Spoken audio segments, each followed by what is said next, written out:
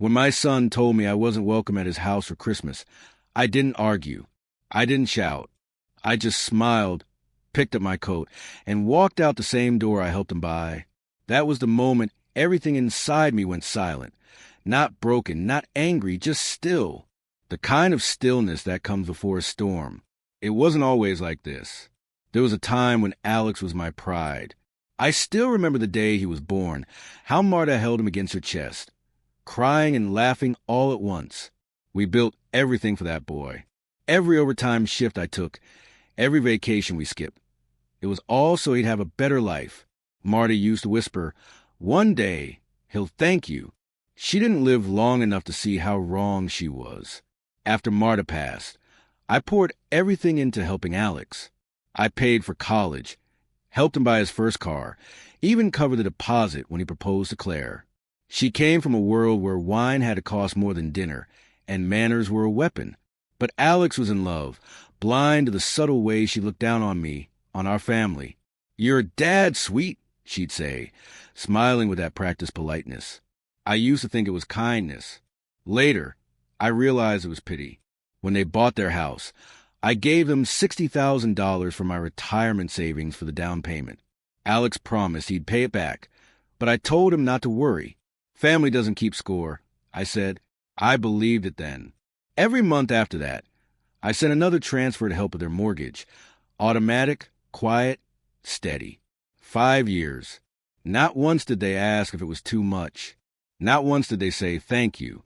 But I didn't mind. That's what fathers do, right? The first ray all crack appeared last Thanksgiving.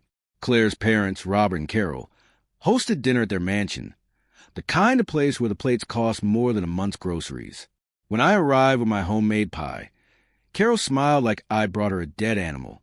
"You made this yourself?" she asked, the words dripping with sugar and disgust. The room went quiet. Robert chuckled. "How charming," he said. Alex said nothing.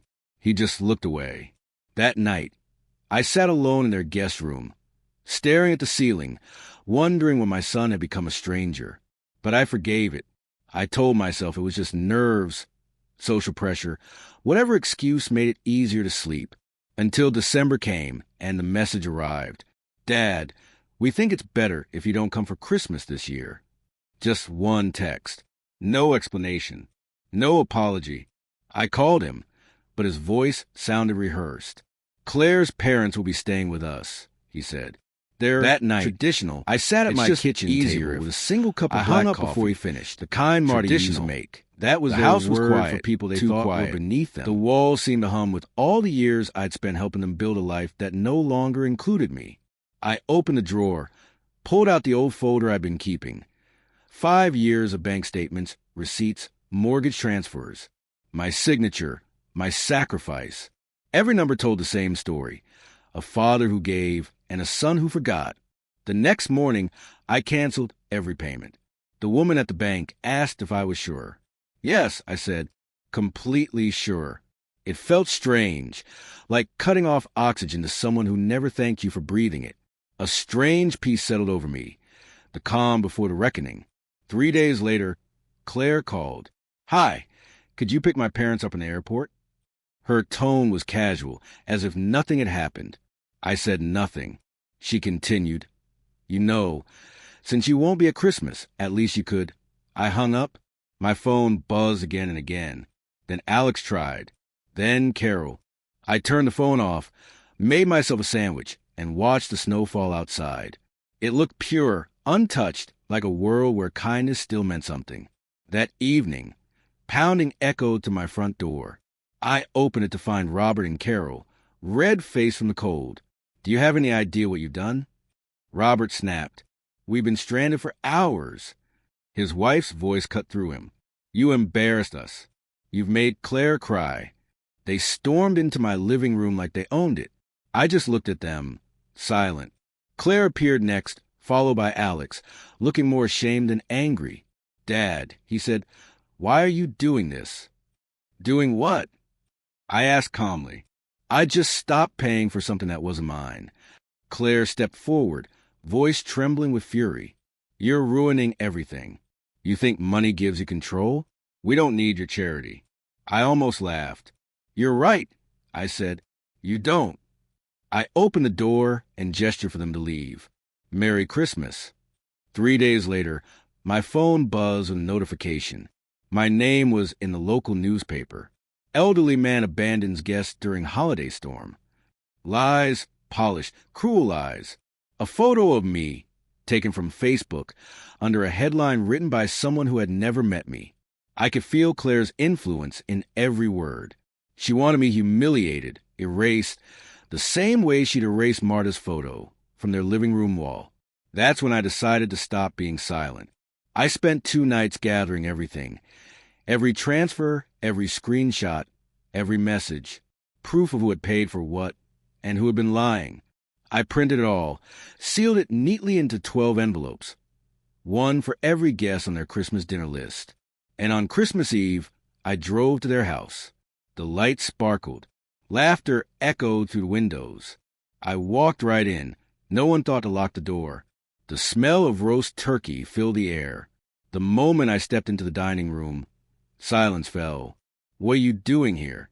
Claire whispered. I didn't answer. I walked around the table, placing one envelope in front of each guest. "Consider my Christmas gift," I said softly. Robert's face turned red. "You have no right." I opened my folder, pulled out the newspaper clipping, and placed it beside my bank records. "You wanted a story?" I said, "Here's the truth." The room went silent as people opened the envelopes. You could hear the sound of paper tearing, gasps, whispers, disbelief. One of the guests, a family friend of Carol's, looked up at her. "You let him pay your mortgage?" she asked. All this time. Claire's eyes filled with tears, not guilt, but of humiliation. "You don't understand," she stammered. He offered. "No," I interrupted. "I gave, because I believed love came back on its own. I was wrong." For a long moment, no one spoke. Then an older woman at the table, someone I barely knew, whispered, "You raised a good son. Shame he lost his way." I looked at Alex. He couldn't meet my eyes. His hand shook as he folded one of the papers, the one showing his mortgage paid in full for 3 years. "Dad," he said, his voice breaking. "I didn't know. I swear I didn't know." "You did," I said quietly. "You just didn't want to see it." I turned to leave, but before I reached the door, I stopped and looked back. "You told me I wasn't welcome for Christmas," I said. "I just wanted you to know." The feeling's mutual. As I stepped into the cold night, the laughter and music behind me dissolved into arguments, accusations, and chaos. The snow was falling heavier now, covering the world in silence again. I drove home, parked the truck, and for the first time in years, I didn't feel alone, just free. 2 weeks later, I got a call from Alex. Their mortgage company had sent notice. The automatic transfers were gone, and the payments were overdue.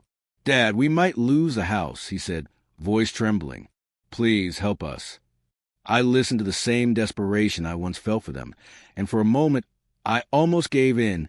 But then I remembered Marta, how she'd worked 2 jobs so we could give Alex a future, how she believed kindness should never make you small. I took a deep breath. "I already helped you," I said. "Now you have to help yourself." And I hung up. Months passed. Spring came. I spent my days fixing the porch, planting new flowers, and visiting Marta's grave every Sunday. The air felt lighter now. No more debt. No more guilt. One evening, as the sun set behind the old oak tree, I poured myself a glass of whiskey and whispered, "We did the right thing, Marta. Maybe too late, but we did." Alex did call again, weeks later, not to ask for money, but to apologize. He said Claire had left, taking her parents' pride with her. He said he'd found an apartment, a modest one, and that he was working to make things right. He didn't ask for forgiveness. And that's how I knew he'd started to grow up. Sometimes revenge doesn't need fire or fury. Sometimes it's just walking away and letting truth do the burning for you. I didn't ruin their Christmas. I just stopped paying for their illusion. And for the first time in my life, that felt like peace.